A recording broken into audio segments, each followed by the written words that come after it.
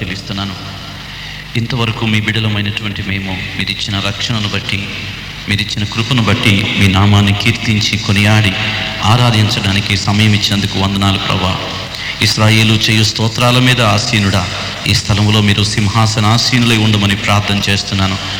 అయినా ఇప్పటి వరకు జరిగిన ప్రతి అంశంలో మీరు మాకు నడిపింపునిచ్చినందుకు స్తోత్రాలు చెల్లిస్తున్నాను. ఇంకొద్ది సేపట్లో మేము మీ లేఖనాలను మేము ధ్యానించుతూ ఉండగా ప్రభువా, లేఖనాలు మా హృదయాల్లో మండించమని ప్రార్థన చేస్తున్నాను. నాయన, మీ సేవకుని నిలవబడిన వాడిని, వట్టివాణ్ణి, బలహీనుడను, సిలువ చాటు నన్ను మరుగు చేయని నాయన, నా స్వరాన్ని మీరు ముట్టి బోరగా వాడుకుని మీ బిడ్డలతో మీరు మాట్లాడమని ప్రాధేయపడుతున్నాను తండ్రి. నీ ప్రసన్నత, మీ సన్నిధి, మీ ఆత్మ సంచారము ఈ స్థలములో ఉంచమని ప్రార్థన చేస్తున్నాను. ప్రతి విధమైనటువంటి ఆటంకము, అల్లరి శక్తులన్నిటినీ మా ప్రభువైన యేసు నామమును బట్టి వాటిని లయపరుస్తూ దూరపరుస్తున్నాం తండ్రి. ఈ ప్రదేశమంతయు ప్రభువా మీ ఆత్మ సంచారాన్ని ఉంచండి. క్రమముగాను మర్యాదగాను మీ నామమునకు మహిమార్థంగా ఈ సభను మీరే నడిపించి మహిమ పొందమని యేసు ప్రభు వారి పరిశుద్ధ నామమును బట్టి వేడుకుని ప్రార్థించి పొంది ఉన్నాము తండ్రి. ఆమేన్. లేఖనముల ద్వారా అతడు దృష్టాంతపరిచి యూదుల వాదమును బహిరంగముగాను గట్టిగాను ఖండించుచూ వచ్చెను. మరొక పర్యాయము ఈ మాటను చదువుతున్నాను. యేసే క్రీస్తు అని లేఖనముల ద్వారా అతడు దృష్టాంతపరిచి యూదుల వాదమును బహిరంగముగాను గట్టిగాను ఖండించుచూ వచ్చెను. దేవుడు ఈ మాటలను మన వెనుకిడిలో ఆశీర్వదించును గాక. ఆమేన్. ప్రియమైనటువంటి దేవుని ప్రజలరా, ఈరోజు పరిస్థితులకు, ఆ దినాలలో మొదటి శతాబ్దంలో ఉన్నటువంటి సంఘ పరిస్థితులకు ఒకే విధానమైనటువంటి పరిస్థితులు కనిపిస్తూ ఉన్నాయి. ఈ దినములలో కూడా యేసుక్రీస్తు ప్రభు యొక్క మార్గమును గురించి అనేక వాదములు మనకు వినిపిస్తున్నాయి. దేవుని గురించినటువంటి సత్యమును అంగీకరించినటువంటి ప్రజలు దేవుని మార్గమును గురించి పలు విధాలైనటువంటి వాదములు తీసుకుని వస్తున్నారు. దేవుని వాక్య ప్రకారముగా యేసు ప్రభు వారు పునరుద్ధానుడైన తరువాత మూడవసారి ఆయన శిష్యులకు గలిలయ సముద్రపు ఒడ్డున కనపడినప్పుడు ఆయన ఆజ్ఞ మేరకు కుడివైపు వలవేయగా ఆ వలలో 153 గొప్ప చేపలు పడినట్టు వాక్యంలో మనం చూస్తాం. ఈ 153 అనేటువంటి సంఖ్యను బట్టి చూస్తే ఈ దినాలలో ప్రపంచంలో 620 కోట్ల మంది జనాభాలో 200 పైన గుర్తింపబడిన దేశాలలో వాక్య ప్రకారంగా 153 గొప్ప మతాలు ఉన్నాయి. ఈ 153 మతాలు ఉంటాయి అని దేవుడు ఆ దినాల్లోనే దృష్టాంతముగా చేపల సాదృశ్యంగా చూపెట్టాడు. భూమి మీద ఉన్న సకల వంశములు, సకల గోత్రాలు, ఆయా భాషలు మాట్లాడువారు, ఆయా జాతుల ప్రజలందరూ దేవుని నమ్మి ఒక సంఘముగా సమకూర్చబడాలని వల అనగా సువార్త, సముద్రము అంటే లోకములో దేవుని సువార్త ప్రకటింపబడ్డప్పుడు దేవుని ప్రజలు ఆయా వంశాల నుంచి రక్షింపబడి ఒక సంఘముగా సమకూడాలని ప్రభువైన యేసుక్రీస్తు వారు ముందుగానే మనకు బయలుపరిచాడు. మతాలు, ఎన్నో విశ్వాసాలు ఉన్నాయి. యేసుక్రీస్తుని గురించి లోకములో ఎన్నో రకాలైనటువంటి వాదములు కనిపిస్తూ ఉన్నాయి. ఆ దినములలో అనగా పౌలు గారు దేవుని సేవ చేస్తున్నటువంటి దినాలలో యేసుక్రీస్తుని గురించి యూదులు రకరకాలైనటువంటి వాదములు పెట్టుకున్నారు. యూదుల ఉద్దేశం ఏంటంటే యేసు ప్రభు వారు అభిషక్తుడు కాడు, జీసస్ ఈజ్ నాట్ అనాయింటెడ్. యేసుక్రీస్తు రబ్బీ అంటే ఒక బోధకుడు మాత్రమే. ఆయన మోషే ధర్మశాస్త్రాన్ని బోధిస్తున్నాడు, అంతకన్నా ప్రత్యేకమైనది ఏమీ లేదు అని వారు అనుకుంటున్నారు. పౌలును, పేతురును, అలెగ్జాంద్రియా వాడినటువంటి అపోల్లోను, ఇంకనూ కడమ అపోస్తలులందరూ మొదటి శతాబ్దంలో వారు చేసిన సేవ ఏంటంటే యేసుక్రీస్తుని, మృతులలోంచి ఆయన తిరిగి లేచాడని, ఆయనే దేవుడని, ఆయన మాత్రమే దేవుడని, ఆయన ఒక్కడే దేవుడని వారు రుజువు చేస్తూ దేవుని సువార్తను ప్రకటించారు. ఈ దినాలలో కూడా అవసరమైనది ఏంటంటే యేసుక్రీస్తు దేవుడు ఎలాగవుతాడు, how is Jesus can be called as God, దేవుడని పిలవగలమా యేసుక్రీస్తుని అని రాత్రి మనం కొద్దిసేపు మన వాక్యములో నుండి మనం తెలుసుకోవలసిన వారమై ఉన్నాం. ఎందుకంటే మీలోనున్న మీ నిరీక్షణ గురించి హేతు అడిగిన వానికి సమాధానం చెప్పమంటాడు అపోస్తలుడైనటువంటి పేతురు గారు. మనం నమ్మిన యేసుని గురించి లోకం అడుగుతుంది, యేసు ఎవరు, యేసు ఎవరు, యేసు ఎవరు మాకు చెప్పండి అని అడుగుతున్నారు. ఆ యేసుని గురించి సాక్ష్యం ఇవ్వవలసింది సంఘమై ఉంటుంది. ఈ రాత్రి సమయం ప్రభువైన యేసుక్రీస్తు వారు ఎందుకు దేవుడు అనే విషయాన్ని మనం గమనించవలసిన వారమై ఉన్నాం. ప్రియులారా, దానికి ముందుగా నేను ఒక చిన్న ఉదాహరణ చెప్పాలి.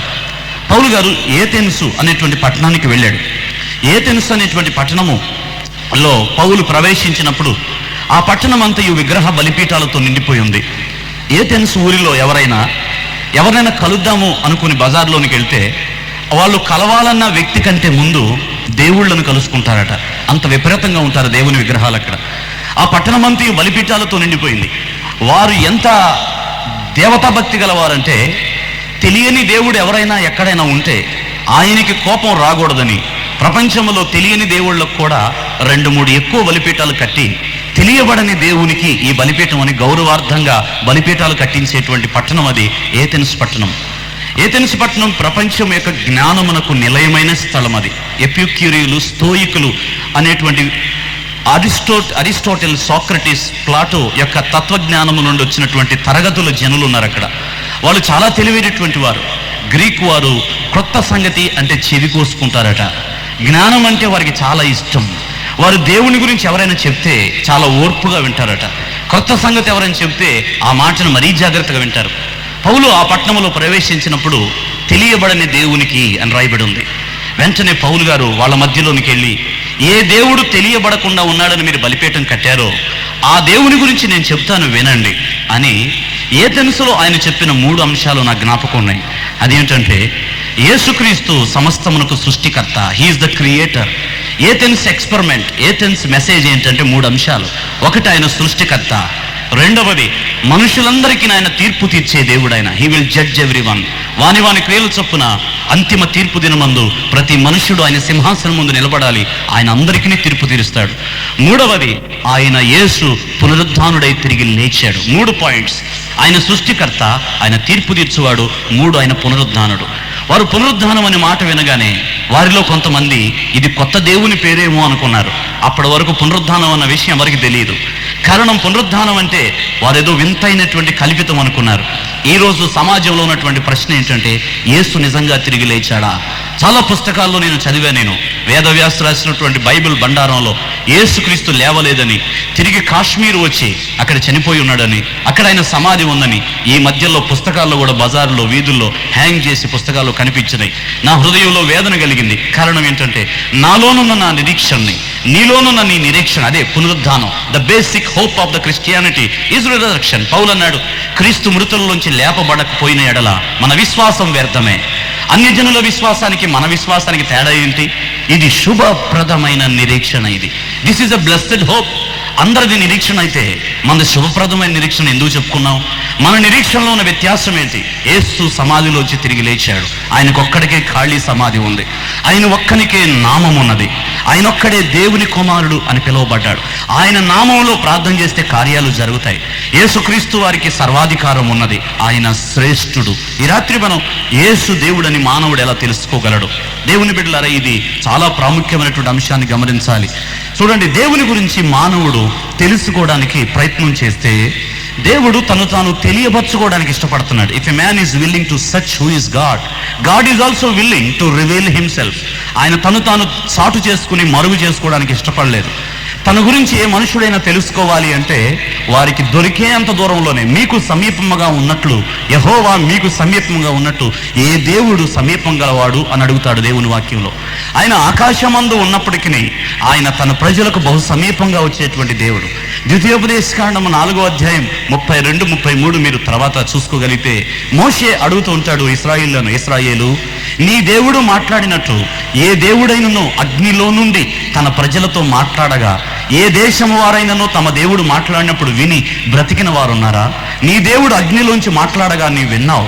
నీ దేవుడు సూచక్రియలు, మహత్కార్యములు, అద్భుతములు, శోధనలు, చాచిన చేయి, బాహువుతో నిన్ను ఒక జనము నుంచి ఒక జనమునకు నడిపించిన దేవుడు ఈ లోకంలో ఆకాశం ఆ దిక్కు నుండి భూమి ఈ చివరి వరకు ఏ జనములోనైనా ఉన్నాడా ఇట్టి దేవుడు? 3:22-23 అన్నాడు, యెహోవా నీ దాసునికి చూపించావు ఈ సంగతులన్నీ, నీ వంటి దేవుడు ఎవరున్నారు ప్రభువా అన్నాడు. హల్లెలూయా. అవును, నిజ దేవుడు మానవుడు అంగీకరించలేకపోతున్నారు. కారణం ఏంటంటే ఈ చివరి దినాల్లో సత్యమునకు రుజువు కావాలి. There should be evidence for the truth. ఎందుచేత అంటున్నాను ఈ మాట అంటే, ఇది చివరి దినాలు. ఇవి దెయ్యపు ఆత్మలతో మనుషులు బోధింపబడుతూ ఉంటారు.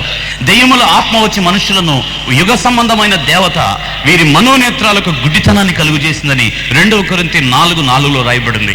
2 తెస్సలోనిక 2వ అధ్యాయం 12వ వచనం చూస్తే, సత్యమును నమ్మని వారికట దేవుడు అబద్ధమును నమ్మించి ఆత్మను వారి మీదకు పంపించాడట. ప్రస్తుతం లోకము సత్యము నమ్మే స్థితిలో లేదు. లోకము అబద్ధమును నమ్మే ఆత్మ చేత పట్టబడింది. అదే ధర్మ విరోధ సంబంధమైన ఆత్మ ఇప్పటికే లోకమందు క్రియ చేస్తున్నాడు. ఏ క్రియ చేస్తున్నాడు అంటే, సత్యమును వారి చెవియొక్కనివ్వకుండా, సత్యమును వారు అంగీకరించకుండా వారి హృదయాలు సత్యము నుంచి మళ్లించేస్తున్నాడు అపవాది. దేవుని బిడ్డలారా, ఇది చివరి దినాలు. అంత్య దినాల్లో ప్రజలు అబద్ధమునకును మోసమునకు అప్పగించబడతాడు. మోషే వెళ్ళి యెహోవా అనే దేవుడు నన్ను పంపాడు అన్నాడు. యెహోవా అనే దేవుడు నన్ను పంపాడు, ఇశ్రాయేలును పంపించి ఇక్కడి నుంచి అన్నాడు. అందుకు ఫరో ఇచ్చిన జవాబు ఏంటో తెలుసా? యెహోవా ఎవరో నాకు తెలియదు. I don't know who is Jehovah. యెహోవా అనే పేరు నేను వినలేదన్నాడు. సరే విందువు కానీ ఉండమన్నాడు. అలాగూ ఐగుప్తు దేశంలో దేవుడు 10 సూచక్రియలు చేసిన తర్వాత ఫరోకు అర్థమైంది యెహోవా దేవుడు అనేటువంటి దేవుడు ఎంత గొప్పవాడో. దేవుని బిడ్డలారా, చాలా మంది దినములు దేవుని గురించిన జ్ఞానం లేదు. ఏథెన్స్ వారికి దేవుడంటే ఎవరో తెలియదట. దేవుడంటే తెలియకుండా ఉన్నాడా నిజంగా? దేవుని గురించి ఒక మానవుడు అన్వేషిస్తే, సత్యాన్ని వెతికితే అది దూరము బహులోతని ప్రసంగి అంటాడు. సత్యము బహు దూరముగా ఉన్నది, అది బహులోతుగా ఉన్నది. ఆకాశ వీధికైనా మానవుడు వెళ్తున్నాడు రాకెట్స్ ద్వారా. భూమి క్రింద ఉన్నటువంటి ఖనిజాలు, విలువైన బంగారు రత్నాలను బయట తీస్తున్నాడు. కానీ దేవుని జ్ఞానం మానవునికి ఉందా? Does man have wisdom? హోషేయ గ్రంథములో అన్నాడు కదా, దేవుని గూర్చి జ్ఞానము దేశములో లేకపోవటం వల్ల దేశము క్షీణించుచున్నది. దాని పక్షులు పాడైపోతున్నాయి, పశువులు నాశనం అయిపోతున్నాయి.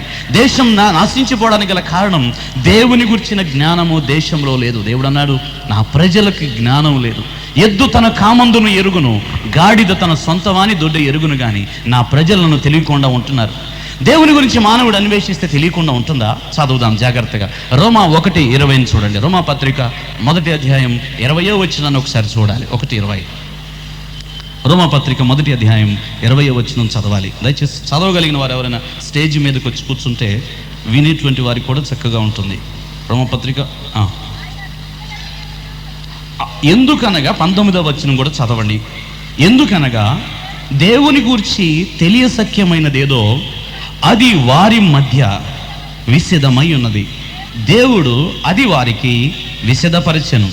ఆయన అదృశ్య లక్షణములు అనగా ఆయన నిత్య శక్తియు దేవత్వమును జగదుత్పత్తి మొదలుకొని సృష్టింపబడిన వస్తువులను ఆలోచించుట వలన తేటపడుచున్నవి గనుక వారు నిరుత్తరులై ఉన్నారు.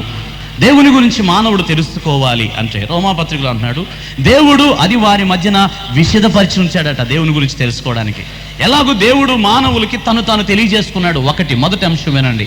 సృష్టింపబడిన వస్తువులను ఆలోచించటం వలన, by thinking the things that were been created. మీ అందరికీ తెలుసు, సృష్టి ఉంది అంటే దానికి సృష్టికర్త ఉన్నాడని అర్థం. పెన్ను నా దగ్గర ఉన్నాడంటే పెన్నును కనిపెట్టిన ఆయన ఒక ఆయన ఉన్నాడు. జనరేటర్ అక్కడ మౌతుందంటే దాన్ని కనిపెట్టిన వ్యక్తి ఉన్నాడు, మైకేల్ ఫారడే. ప్రతి దానికి ఒక మనుషుడు తయారు చేస్తే ఈ యావత్తు సృష్టికి సృష్టికర్త ఉన్నాడు. దేవుడు లేడు అనేటువంటి వారి వాదన ఎలాంటిదంటే, వారికి ఉన్న ఉద్దేశం ఏంటంటే దేవునికి మహిమను ఇవ్వడం వాళ్ళకి ఇష్టం లేదు. దేవునిగా స్తుతించడం వారికి ఇష్టం లేదు.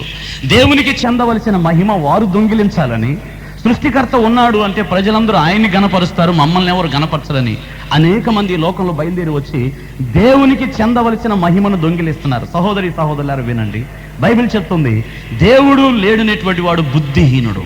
నాస్తికులు అనుకున్నారట, యేసు అనే పేరు వినపడకూడదు, ఏం చేయాలి అనుకున్నారట. నాస్తికత్వం కొద్ది సంవత్సరాల క్రితమే జన్మించినది. ఈ మతములన్నీ అనగా దేవుని గురించిన విశ్వాసం పురాతనమైందనను నాస్తికత్వం ఒక 500 సంవత్సరాల క్రితం నుండి పుట్టుకుని వచ్చింది. వాళ్ళందరూ అనుకున్నారు యేసు అనే పేరు వినబడకూడదు, ఏం చేయాలంటే అందరూ సమావేశమై 1 వారం రోజులు తీవ్రంగా డిస్కస్ చేశారట. ఆ తర్వాత ఒక అతను లేచన్నాడట, యేసు అనే పేరు ఎక్కడ వినబడకూడదంటే చాలా సింపుల్, ఒక్క పని చెప్తాను ఎవరైనా చేయండి అన్నాడట. ఏంటో చెప్పు, వెంటనే చేద్దాం, యేసు అనే పేరు ఎక్కువ వినబడుతుంది అన్నప్పుడు ఆ లేచిన వ్యక్తి అన్నాడట, మనలో ఒకడు చచ్చి బ్రతికితే చాలు అన్నాడట. మనలో ఒకడు చచ్చిపోయి తిరిగి గనక బ్రతకగలిగితే యేసు అనే పేరు ఎక్కడ వినపడదు అన్నాడట. అది సామాన్యమైన పని, అది ఎవరి వల్ల కాదు. దేవునికి ఇవ్వాల్సిన మహిమ మానవుడు ఇవ్వడానికి ఇష్టపడలేదు. కానీ దేవుని గురించి తెలుసుకోవాలి అంటే సృష్టిని ఆలోచించమన్నాడు దేవుడు అర్థం అవ్వాలంటే. ఉదాహరణకి 19వ కీర్తన 1వ వచనం రాస్తాడు కదా, సృష్టి మాట్లాడుతుందండి అంటే నువ్వు వినగలిగితే సృష్టి మాట్లాడుతుంది. If you can listen the creation will speak about the creator. యేసు అన్నాడు, మీరు మౌనముగా ఉంటే ఈ రాళ్ళు కేకలు వేస్తాయి. The stones will shout. రాళ్ళు ఏమని కేకలేస్తాయి? మమ్మల్ని సృష్టించిన పేరు యేసు అనే పేరు రాళ్ళు చెప్తాయి. నువ్వు వినగలిగితే ఆకాశం నీతో మాట్లాడుతుందట. 19వ వచనం 1వ వచనం 19:1 కీర్తనలు అన్నాడు, ఆకాశానికి భాష లేదు కానీ దేవుని మహిమను వివరిస్తుంది. It is explaining the glory of the lord. దేవుని మహిమను వివరిస్తున్నాయి. ఆకాశం ఎలా వివరిస్తుంది? ఆకాశం మీకు తెలుసు, కీర్తనాకారుడు అంటాడు, భూమి కంటే ఆకాశము ఉన్నతమైనది. ఉదాహరణకు ఆకాశం ఏం చెబుతుందయ్యా నీకు? భూమి కంటే ఆకాశం ఉన్నతమైంది. ఇది సింపుల్. మరి దేవుడు ఎవరు అంటే ఆయన మానవుడు కాదు, ఆయన ఉన్నతుడు. He is most high God. ఆకాశం ఏం చెప్తుందంటే ఆయన ఉన్నతుడైన దేవుడు అని మాట్లాడుతున్నది ఆకాశం.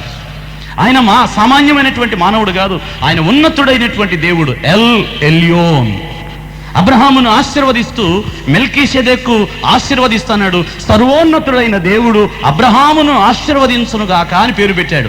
సర్వోన్నతుడు అంటే పైనున్న వాటికంటే, పైన అనే మాట కంటే ఆయన ఉన్నతుడైనటువంటి దేవుడు. ఆయన ఆకాశము కాదు, మహాకాశములు కాదు, పరమండలము ఉత్తర దిక్కునున్న ఆకాశము పైన ఆయన సభాపర్వతం మీద మేఘమండలం పైన కెరూబుల పైన ఆసీనుడైనటువంటి దేవుడు. ఆయన ఉన్నతుడైన దేవుడు. ఆకాశం నీకు చెబుతుంది ఏమనంటే దేవుడు ఉన్నతుడైన దేవుడని. హల్లెలూయా. ఇంకోటి యోబు అంటాడు 11వ అధ్యాయం 7వ వచనంలో, దేవుని గూఢాంశములను నీవు తెలుసుకొనగలవా అని ప్రశ్నించి అన్నాడు. 8వ వచనంలో, ఆకాశ వీధి ఎంత ఉన్నతమైంది అన్నాడు. ఆకాశమును వీధి చేశాడు. దేవుని జ్ఞానాన్ని గురించి ఒక మనుషుడు తెలుసుకోవాలంటే ఆకాశమును వీధిగా చేయాలి. ఇప్పుడు ఆకాశం వీధి అయిపోయింది. ఎలాగంటే విమానాలు విస్తృతంగా తిరుగుతాయి. దానియేలు 12:4 చెప్పాడు, అంత్య దినముల్లో జనులు తిరుగుతూ ఉంటారు నలుదిక్కుల, వారికి తెలివి అధికమవుద్ది అన్నాడు. ఇప్పుడు చివరి దినాలు ఎలాంటివంటే తెలివి అధికమైన దినాలు. ఇవి చాలా తెలివి ఎక్కువైపోయింది వీళ్ళకి. ఒక ఫిలాసఫర్ అంటాడు, fruits became seedless, iron became rustless, cooking became fireless, telephone became wireless, dentistry became painless, man became godless అన్నాడు. అంటే దాని అర్థం పండ్లకు ఒకప్పుడు గింజలు ఉండేవి, ఇప్పుడు గింజలు లేని సీడ్లెస్ పళ్ళు వచ్చేసినాయి. అంత తెలివి వచ్చింది మానవునికి. వంట కావాలంటే మంట ఉండేది, ఇప్పుడు మంట లేని వంటలు వచ్చేసినాయి. టెలిఫోన్కి ఇంతకుముందు వైరు కావాలి, ఇప్పుడు వైర్ లేని టెలిఫోన్ వచ్చింది. ఇనుము తుప్పు పట్టేది ఇంతకుముందు, తుప్పు లేని తడతల స్టెయిన్లెస్ స్టీల్ వచ్చింది. పన్ను బిగించుకుంటే నొప్పి ఇంతకుముందు, ఇప్పుడు నొప్పి లేని ఆపరేషన్స్ వచ్చేసినాయి. కుట్లు వేయాలంటే ఇదివరకు స్విచ్చెస్ వేయాలి, ఇప్పుడు కుట్లు కూడా వేసే పని లేకుండా లేటెస్ట్ డిస్కవరీ ఏంటంటే ఒక జెల్ పూసేస్తే అతిక్కుపోద్దట. అలాంటివన్నీ వచ్చినాయి. కానీ మనుషుల్లో దేవుడు లేడన్నాడు. ఇది తెలివి గల తరమే కానీ మూర్ఖతరం ఇది. This is the most wise generation but is the most wicked generation. తరములన్నింటిలో కల్లా జ్ఞానం పెరిగింది, కానీ ఈ తరమునకు తెలివితేటలు లేవు. ఎందుకని ఇప్పుడు తొందరగా చచ్చిపోతున్నారు? ఒక ఆయన ప్రశ్నించాడు. ఎందుకండి 50 సంవత్సరాల లోపల రోగాలు వచ్చి మా కాలంలో 100 ఏళ్ళు బ్రతికేవాళ్ళం, ఇప్పుడు ఏంటి తగ్గిపోతున్నారంటే నేను చెప్పాను, తెలివి వాళ్ళకి చిన్నప్పుడే వచ్చేస్తుంది కనుక ఆయుష్ తగ్గిపోయింది వాళ్ళకి. తెలివి వాళ్ళు పుట్టుతుంటూనే టెలివిజన్ ముందు పుడుతున్నారు, టెలివిజన్ చూస్తున్నారు, అంత విద్య అంతా వాళ్ళు నేర్చేసుకుంటున్నారు కనుక వీళ్ళ ఆయుష్ పెరిగిపోతుందని దేవుడు, వీళ్ళ జ్ఞానం పెరిగిపోతుందని వీళ్ళ ఆయుష్ని దేవుడు తగ్గించాల్సిన పరిస్థితి వచ్చింది. తెలివి అధికమైంది కానీ దేవుని జ్ఞానం నీకు అర్థమైందా? Did you know who is the God? ఆకాశ వీధిని చేస్తేనంట, ఆకాశమును వీధిని చేసామనుకుందాం, దేవుని జ్ఞానాన్ని వెతుకుదాం. ఎంత ఉంటుంది దేవుని జ్ఞానం? ఆకాశం యొక్క కొలను ఎవరైనా కొలవగలరా? ఆకాశమును కొలిచిన వాడు అక్కడే. యెషయాలు అన్నాడు, జ్ఞానతో ఆకాశమును కొలిచాడట.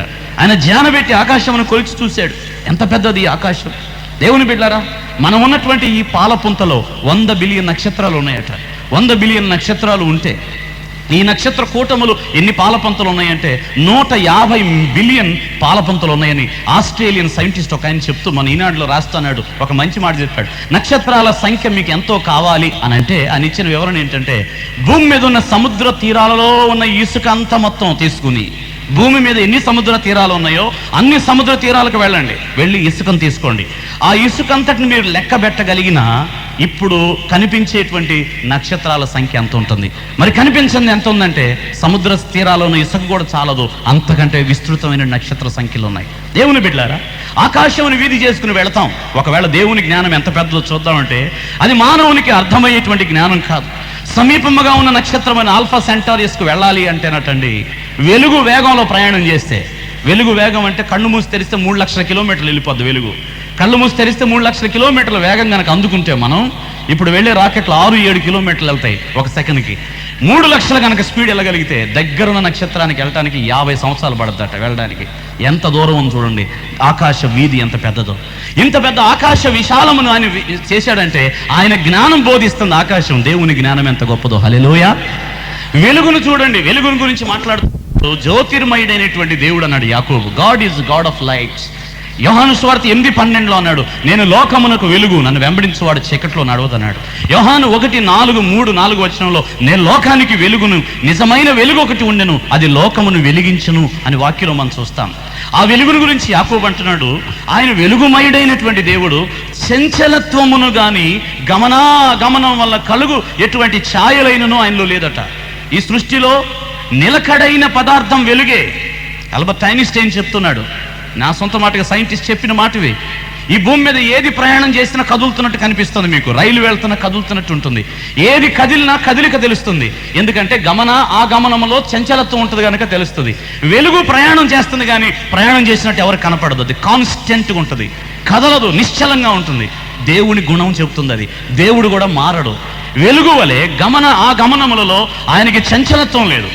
వెలుగు నా మీద పడితే నీడ పడింది, వెలుగు నా మీద పడినందువల్ల నీడ వచ్చింది. వెలుగు మీద వెలుగేయండి, నీడ పడదు దానికి. వెలుగుకు నీడ లేదు అంటే ఆయనకి నీడ లేని దేవుడు. వెలుగులో ఏ లోపం లేదు, ఇట్ ఈస్ ప్యూర్. వెలుగు మనోహరం అంటాడు ప్రసంగి గ్రంథం 11:7 వెలుగు మనోహరమే, క్రీస్తు కూడా మనోహరుడు, ఆయనలో ఏ లోపం కనిపించదు. మీరు దుమ్మంతా తీసి లైట్ మీద వేయండి, ఈ లైట్ కొంచెం కూడా మట్టి అంటదు. వెలుగు నాకు మురికిని అంటించలేరు. గంగా నది నీళ్లు తెచ్చి బురద మీద వేయండి, ఆ నీళ్లు మురికైపోతాయి. వెలుగు మీద మట్టి వేయండి, వెలుగుకు మట్టి అంటదు. అంతే, యేసు పరిశుద్ధుడు, జీసస్ ఈజ్ హోలీ. ఆయన పరిశుద్ధుడు ఎందుకు అయ్యాడంటే ఆయన వెలుగు. వెలుగును బట్టి నీకు దేవుని గుణాతిశయాలు అర్థమవుతున్నాయి. ఉదాహరణ, భూమిని అడగండి, భూమి మాట్లాడుతుంది మీకు దేవుడు ఎవరు. ఆకాశము దేవుని యొక్క ఔన్నత్యాన్ని చెబుతుంది. ఆకాశము దేవుని జ్ఞానమును గురించి బోధిస్తున్నది. ఆకాశములో ఆయన విశాలమును చేశాడట. ఆకాశ గదులలో నీళ్లను దూలములుగా చేసి గదులు ఏర్పాటు చేసి ఆకాశంలో పెట్టాడని 104వ కీర్తనలో దేవుని వాక్యం మాట్లాడుతుంది. ఆకాశం నుండి చుక్క వర్షమును ఏ దేవుడు కురిపించలేకపోయాడండి. అవును కదండి. ఆకాశమును వర్షమును పంపించాలి అంటే ఆయన వల్లే సాధ్యమని ఇర్మియా గ్రంథం 5:22, 23, 24 మీరు చూడగలుగుతారు. ఆహాబు అన్నాడు, ఏడి ఏలియా అని పరుగుట్టు వెళ్తే ఆహాబునకు ఏలియా కనిపించాడు. ఏలియాని చూశాడు ఆహాబు.